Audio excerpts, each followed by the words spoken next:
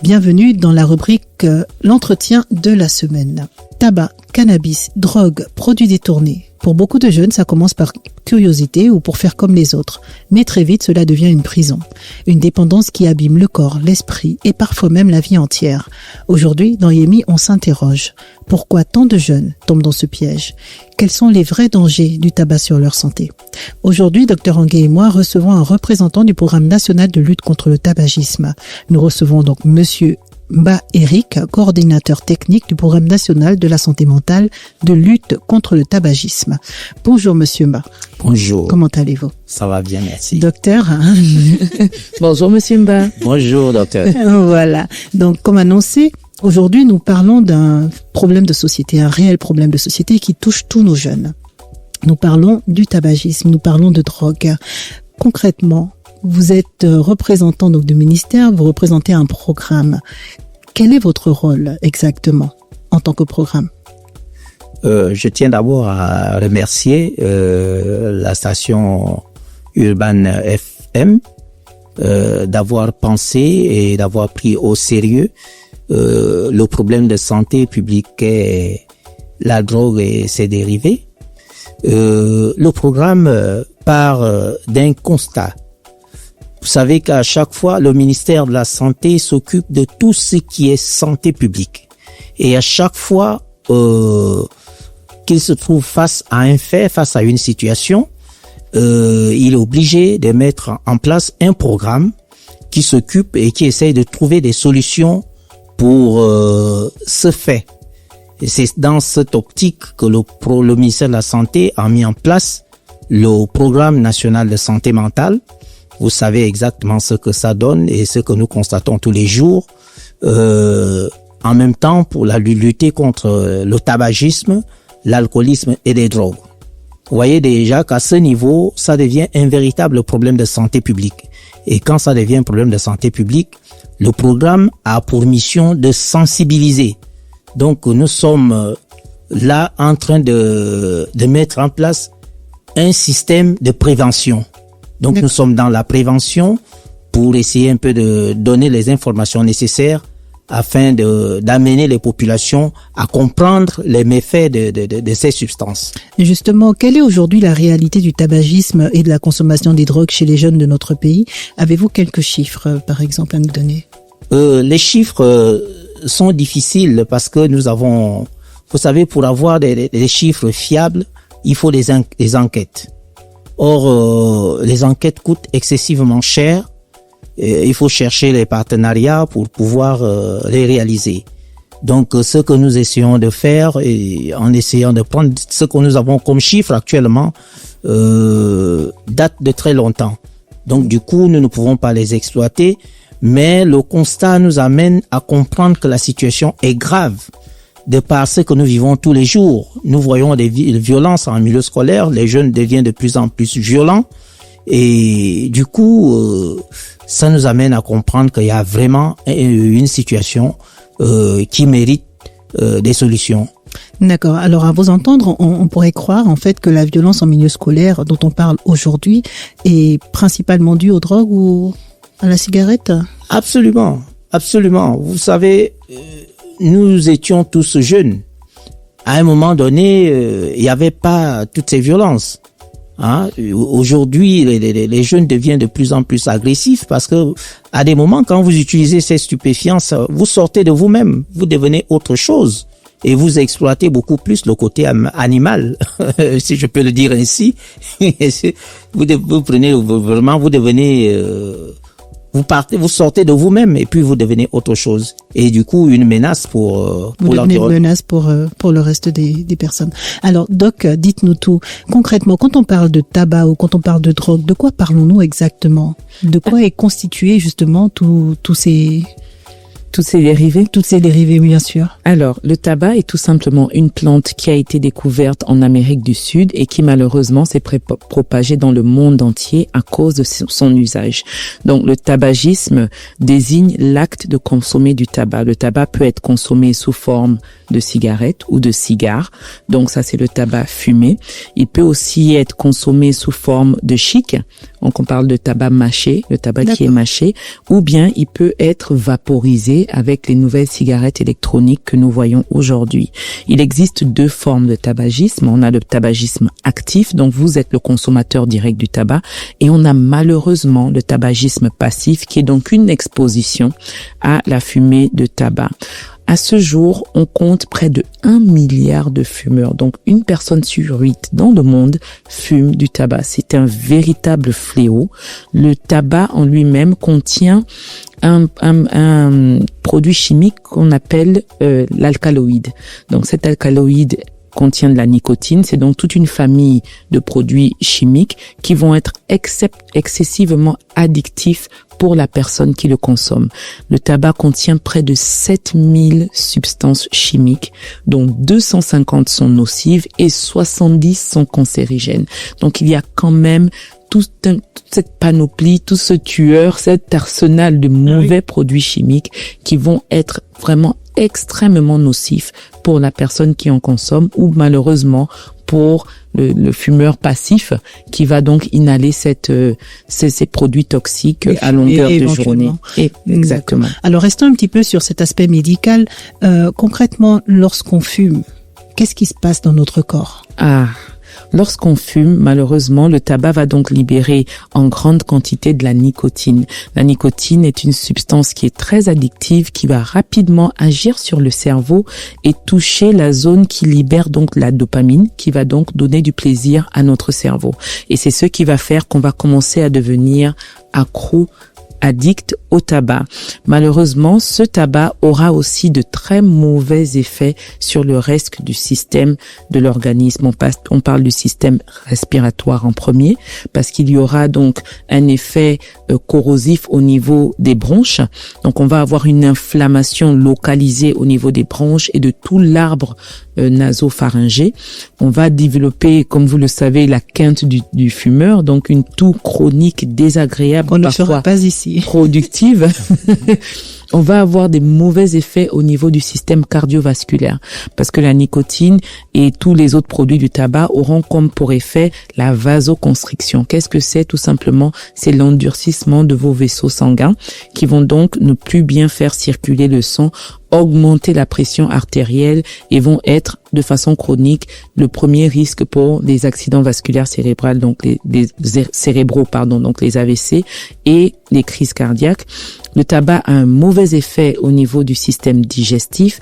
On va développer des ulcères tout simplement parce que la fumée, elle est toxique. Donc on va développer des ulcères, on va avoir des reflux gastriques parce que vous avez une hyperproduction d'acide. Il va aussi causer un vieillissement prématuré. Beaucoup de fumeurs se plaignent de ridules, donc l'apparition des petites rides au niveau du visage, dans les coins de la bouche, tout simplement parce que on a ce geste qu'on fait à longueur de journée, mais aussi les composantes de cette cigarette auront un effet direct sur la peau et ils auront aussi un effet sur le système reproducteur. Les fumeurs invétérés vont avoir des troubles de la fertilité, et peuvent même avoir des fausses couches ou bien des risques d'accouchement prématuré pour les femmes enceintes qui continuent de fumer. Alors, quand on vous écoute, est-ce qu'il y a aujourd'hui un âge pour commencer à fumer? Absolument pas. D'accord. Il vaut mieux absolument pas. Il ne faut jamais commencer. Je vais laisser Monsieur Mba nous faire un peu un synopsis de ce que c'est que de commencer à fumer très tôt. Quels sont les risques? Justement, parce qu'aujourd'hui, on a de plus en plus de jeunes qui se lancent dans la cigarette et les drogues, la consommation des drogues. Ça veut dire qu'ils s'exposent plus longtemps? Bien sûr, vous savez, l'industrie du tabac fait du commerce. Et pour exister le plus longtemps possible, il faut avoir une bonne clientèle. Et une clientèle qui est accro à votre produit. Donc c'est pour cela que l'industrie attaque beaucoup plus les jeunes, parce que elle se dit que plus on commence à fumer un peu plus tôt, plus on a la possibilité d'être le client le plus longtemps possible. Donc c'est pour cela que ils sont là-dedans et ils créent des combinaisons qui permettent à ce que les jeunes puissent s'intéresser. Donc aujourd'hui, avant c'était la cigarette, on le faisait pour la mode. Hein, et c'était une forme de mode pour montrer que vous êtes dans le moving. C'est le terme qu'on employait à l'époque. Vous voyez. C'est fun, effectivement. Voilà. Donc et après, vous devenez accro avec les substances que venait d'énumérer le docteur tout à l'heure. Vous devenez accro et puis vous ne pourrez plus vous en passer et vous êtes le meilleur client. D'accord. Alors, je vous pose la question à tous les deux. Finalement, quant à devenir fumeur, est-ce qu'il y a une meilleure cigarette? Absolument pas, monsieur Mba. Pas du tout.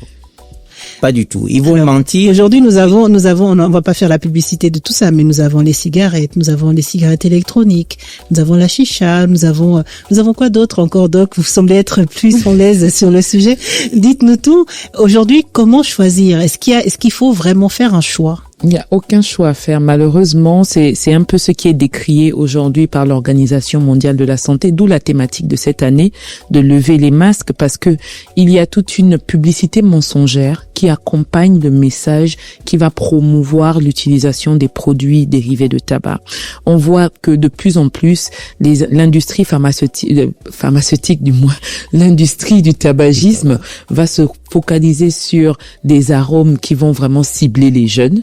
D'accord, des cigarettes à la fraise, des cigarettes à la menthe, bien sûr, des choses qui vont vraiment être design avec de jolies couleurs et la cigarette électronique, ça a l'air un peu plus cool, comme le disait tout à l'heure Monsieur Mba, mais c'est vraiment une conception trompeuse et un marketing qui est finalement ciblé pour des jeunes esprits qui vont effectivement rentrer dans un cycle d'addiction qu'on aura du mal à gérer après, parce que plus tôt on va s'initier à la cigarette, plus il sera difficile pour le jeune d'arrêter de fumer. C'est encore un cerveau qui est en développement et qui malheureusement va être vraiment très susceptible à toutes ces suggestions de la publicité qui va dire que oui, on a de nouveaux produits, ça ne va pas sentir trop fort, les parents ne s'en rendront pas compte, vous avez pas besoin forcément de l'arrêter, vous pouvez la garder plus longtemps comparativement au paquet de cigarettes que vous devez cacher, qui sera beaucoup plus difficile à dissimuler. Ça ressemble à un petit objet électronique et le parent qui n'est pas fumeur ne peut ne pas se rendre compte, hein, Monsieur Mba. Ça passe totalement inaperçu. Ça peut passer tout à fait inaperçu. Vous allez vous dire que c'est un petit objet, un petit jouet. Non, c'est une cigarette électronique et c'est extrêmement dangereux pour nos enfants. Alors justement, donc nous avons fait appel à des témoignages et on va vous partager là tout de suite le témoignage d'un jeune Gabonais, donc âgé aujourd'hui de 31 ans, qui nous a avoué avoir commencé à fumer à 13 ans. Donc il a commencé, comme beaucoup apparemment, ça on ne le savait pas, par suivisme.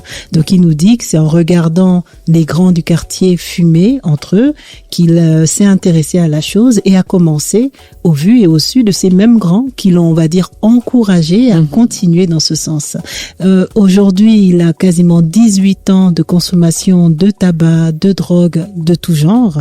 On reviendra là-dessus, drogue dure même, si on peut dire ainsi. Et il nous avoue que c'est très difficile d'en sortir. Donc il a essayé, malheureusement, il n'y arrive pas. Ce qui me renvoie vers vous, Monsieur Mba, comment ça se fait qu'aujourd'hui on ait un programme qui lutte justement contre le tabagisme et qu'il n'y ait pas de structure pour accompagner ces jeunes qui veulent arrêter? Oui, c'est vraiment la grande difficulté, mais le programme est là pour faire effectivement le plaidoyer au niveau de la hiérarchie.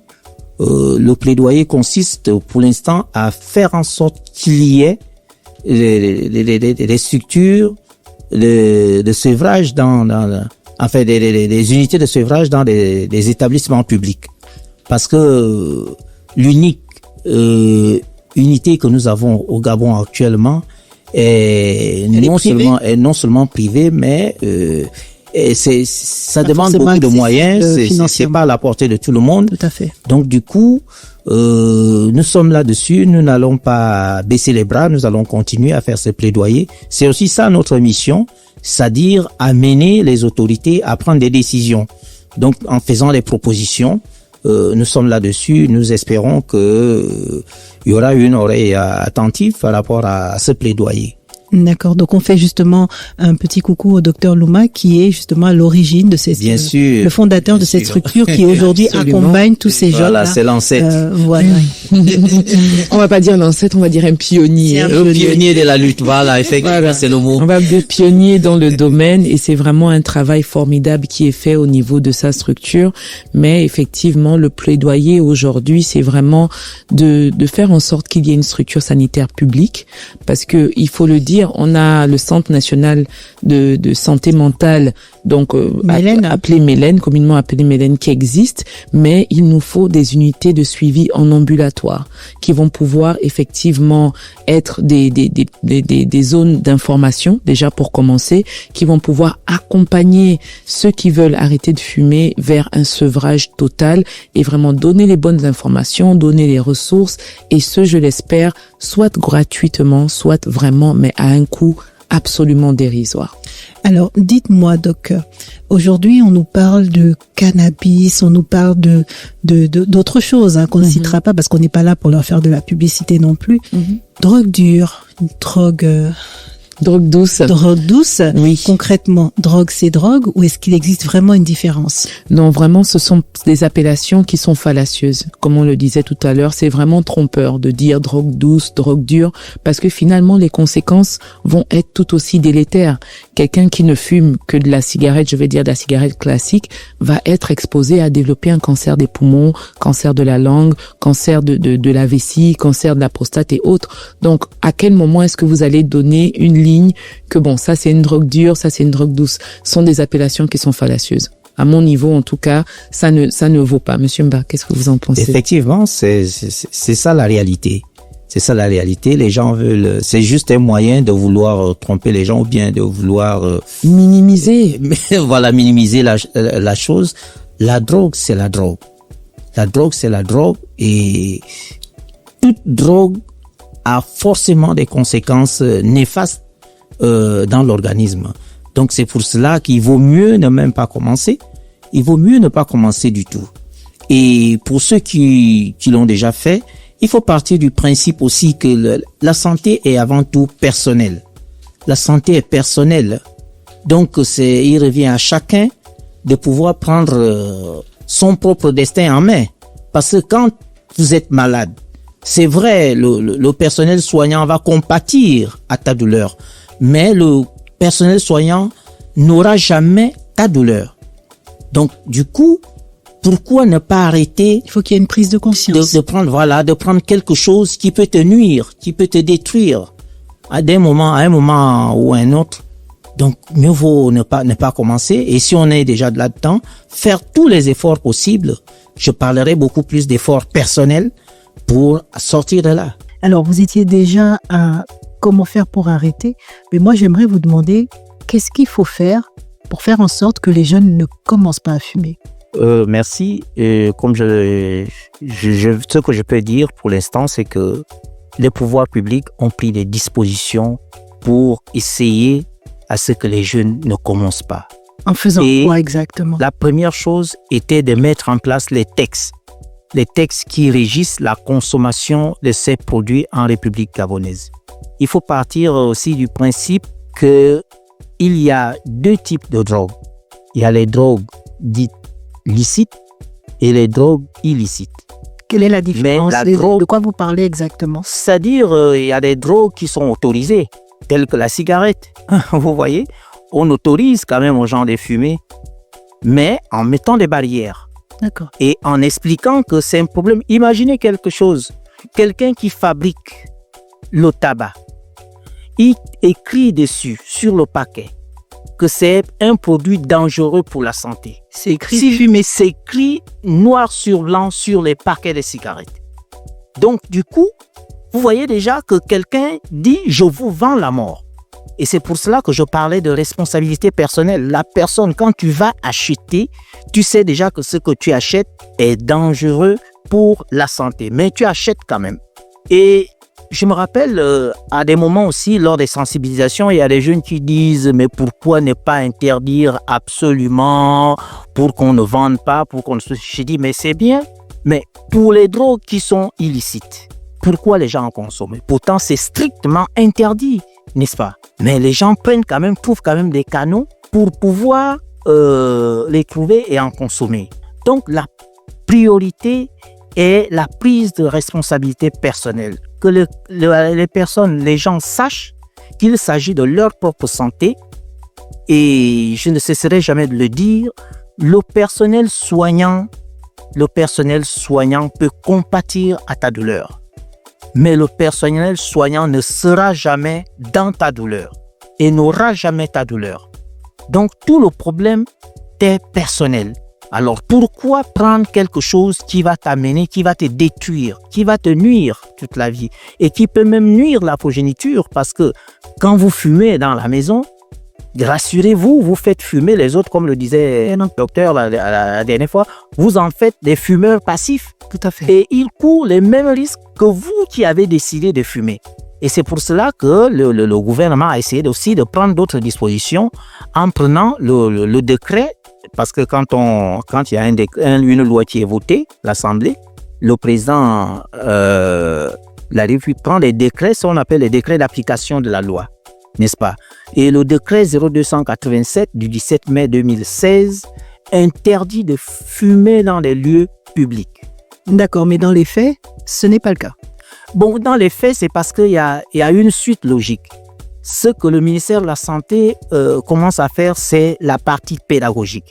Et c'est pour cela que nous remercions encore une fois de plus Urban FM d'avoir permis de parler dans un endroit qui permet aux jeunes de comprendre de quoi il s'agit. Parce que nous savons que c'est une radio qui est beaucoup suivie par les jeunes. Et du coup, nous sommes ravis de leur dire qu'effectivement, fumer n'est pas bon pour la santé. Fumer n'est pas bon pour la santé. Prendre la drogue n'est pas bon pour la santé. Ce que nous allons voir, on va dire que ça donne quoi et tout, ce ne sont que des illusions. Ce sont des illusions et il ne faut pas être en accro de ces substances-là. C'est le commerce. D'accord. Alors, on va revenir, Doc, sur les responsabilités. Donc, effectivement, il y a des décrets.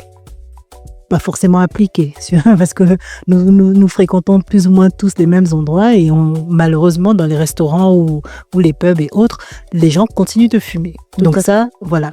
Concrètement, le ministère de la Santé a ce rôle-là de faire de la sensibilisation, mais qui doit appliquer la loi? Écoutez, le ministère de la Santé, effectivement, met en œuvre plusieurs campagnes de sensibilisation pour informer le jeune public, informer les parents sur les dangers du tabac et aussi pour susciter un peu une prise de conscience. Parce que finalement, à la fin de la journée, c'est un choix individuel que nous faisons. Comme le disait M. Mba tout à l'heure, on choisit d'acheter des produits qui coûtent déjà très cher et qui ont une mention spécifique de danger de mort. Ça, il faut vraiment le rappeler. Sur les paquets, c'est écrit « Fumer tue ». Le message est clair, il n'y a pas d'ambiguïté. Donc, le ministère de la Santé, en termes de responsabilité, doit effectivement continuer à faire un plaidoyer auprès des plus hautes autorités, peut-être pour relever la taxation. Il y a déjà une taxation au niveau des produits de tabac. Si on l'augmente, ça rendra très difficile la commercialisation du tabac. On continue avec justement l'application de tous ces décrets, de toutes ces lois qui ont été prises pour limiter ou interdire la consommation de tabac dans des lieux publics, parce qu'on se rend compte malheureusement dans le monde de la nuit que dans certains établissements de divertissement, les bars, dans les pubs, les gens consomment du tabac. Donc à nous derrière d'avoir des brigades punitives qui vont effectivement coller des amendes aux propriétaires, parce que si le propriétaire se sent acculé par les autorités publiques, croyez-moi que le fait que les usagers viennent consommer chez lui, ça va devenir un frein. Le jour où vous allez payer vous-même une amende de 500 000 francs parce que dans votre établissement, on a consommé du tabac, vous allez refuser les gens qui vont venir. Ouais. Parce que ça ne peut pas remplacer le ticket que la personne qui est rentrée dans votre établissement va payer. Donc, il y a quand même toutes ces choses-là qu'il faut mettre en place. Et s'il y a encore un autre plaidoyer à faire au niveau du ministère de la Santé, c'est comme on le disait tantôt, c'est la mise en place de ces unités de sevrage qui vont réellement accompagner. Le programme joue son rôle en donnant de l'information, en sensibilisant et en faisant des plaidoyers. Derrière, il y a encore toute une action gouvernementale qui va suivre et qui doit suivre pour vraiment leur donner la force d'encadrer vraiment tout ça par un réel cadre réglementaire qui est appliqué au quotidien. Alors c'est bien beau pour nous de dire que les responsabilités sont partagées entre le gouvernement et les entreprises, les entreprises de l'ANU notamment, mais rapidement, il est quand même important aussi de soulever ce fait-là, la démission de certains parents. Oui, c'est parce que malheureusement, les premiers responsables sont d'abord les parents.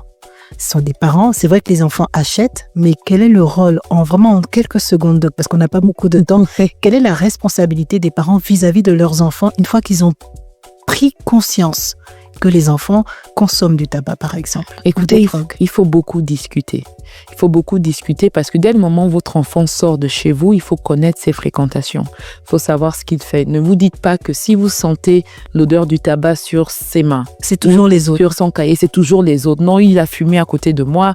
Non, il faut vraiment être réaliste face à cette situation parce que c'est quelque chose qui va impacter la vie de votre enfant. Pour le fumeur moyen, il lui faut minimum 8 tentatives pour arrêter de fumer. Ça veut dire que c'est pas un geste anodin. C'est quelque chose qui va réellement impacter la vie de votre enfant sur 10, 15, 20, 30 ans, des fois même jusqu'à la fin de sa vie. Donc, il y a vraiment, la première chose à faire, c'est de discuter. Regardez, c'est vous qui faites la lessive de votre enfant. Si vous trouvez des mégots de cigarettes, si vous trouvez dans la chambre, lorsque vous faites le ménage, des briquets, des allumettes. Non, mais ne vous dites pas que c'est le briquet du copain, c'est son briquet. Donc vraiment, la prise de conscience est à tous les niveaux. Et il faut prendre les choses en main. Effectivement. Alors rapidement, Monsieur Mba, un mot. Qu'est-ce que vous avez à dire à ces autorités qui vous écoutent? Je sais que les autorités s'attellent à trouver vraiment des solutions. Il y a quelque chose qui n'est peut-être pas visible, mais qui est un acte assez important, une décision prise par le gouvernement. Je prends le cas d'une société qui existait au Gabon, mais qui a fermé ses portes. Vous avez déjà entendu parler de la Sosiga. Oui, c'est très longtemps. La cigarette, on fabriquait ça au Gabon. Mais avec cette volonté de pouvoir arrêter, amener les gens à arrêter de fumer, cette société a fermé ses portes au Gabon. Mais malheureusement, nous sommes liés par des accords internationaux qui ne nous permettent pas de défendre certains produits qui ne sont pas illicites de rentrer sur le territoire gabonais. Aujourd'hui, on continue à voir la Dunil et autres et tout. On ne va pas citer les noms. On ne va pas citer les noms, excusez-moi. Voilà. En fait, excusez-moi du terme. Mais je veux dire qu'il y a des choses qu'on est obligé de faire entrer par rapport aux accords que le Gabon, des conventions que le Gabon a eu à signer par-ci, par-là, qui malheureusement nous rattrapent. Et ce que nous pouvons aussi dire, c'est que et c'est pour cela que j'insiste sur la conscience professionnelle. Nous étions tous jeunes. Moi, par exemple, j'ai grandi avec mon grand-père qui ne savait ni lire ni écrire, n'est-ce pas? Qui ne pouvait rien dire par rapport à l'école, mais qui avait une seule question qu'il me posait à chaque fois que je rentrais. Est-ce que tu as gagné? N'est-ce pas? C'est ma propre conscience qui m'a mené à continuer à évoluer, à faire un certain nombre de choses. Parce que vous avez des objectifs. Voilà, j'aurais eu une réponse à donner. Et la réponse sera quoi? J'ai échoué. Et ça, je dis non. Donc voilà, c'est pour cela que j'insiste sur la jeunesse pour dire que ne cherchons pas à prendre tout ce qui est autour de nous. Tout ce qui est autour de nous n'est pas bon. Et comme tout ce qui est autour de nous n'est pas mauvais aussi, mais apprenons à prendre des bonnes choses. C'est très bien, voilà la conclusion de Monsieur Mba. Alors pour finir, chers auditeurs, aujourd'hui nous avons entendu un message clair. La dépendance au tabac et aux drogues n'est pas une fatalité, mais un piège dangereux qui affecte profondément la santé physique, psychique et le comportement des jeunes. Fumer ou consommer ces substances fragilise les poumons, le cœur, le cerveau, provoque des troubles de l'humeur, de l'anxiété, des difficultés scolaires et peut même entraîner des comportements à risque. isolant peu à peu les jeunes de leur entourage et compromettant leur avenir. Aux jeunes qui nous écoutent, comprenez que votre corps et votre esprit sont en pleine construction. Chaque cigarette, chaque dose ingérée peut avoir des conséquences lourdes et durables. Ne laissez pas ces addictions devenir une prison. Cherchez du soutien, parlez-en. Refusez la pression et protégez votre santé, mais surtout vos rêves. À vous parents, familles et proches, soyez attentifs aux signes de souffrance, aux changements de comportement et surtout n'hésitez pas à ouvrir le dialogue sans jugement. Votre rôle est crucial pour repérer et accompagner vos enfants avant que la dépendance ne s'installe. Aux autorités et aux acteurs de santé, la prévention, l'éducation et l'accompagnement doivent être renforcés et accessibles à tous les jeunes partout où ils se trouvent dans notre pays. Ce combat est collectif. C'est ensemble que nous pouvons briser le cercle de la dépendance avec des actions concrètes, des campagnes ciblées et des moyens adaptés. Parce que la santé physique et mentale de notre jeunesse, c'est l'avenir de notre société, ce combat doit rester une priorité absolue toute l'année, pas seulement en mai. Mais à nos invités, à vous, à notre jeune qui nous écoute, qui a fait son témoignage, merci à tous pour vos engagements, merci à vous de nous avoir écoutés, merci Doc. Vos précieux conseils, prenez soin de vous, de vos proches et à très bientôt sur Yémi. Yémi, votre émission de santé publique. Retrouvez Yémi, votre émission de santé publique, présentée par l'Obs et Dr Angué Marcia et Pouspé Mongoy sur Urban FM 104.5, la station urbaine. Du lundi au vendredi à 11h. Urban FM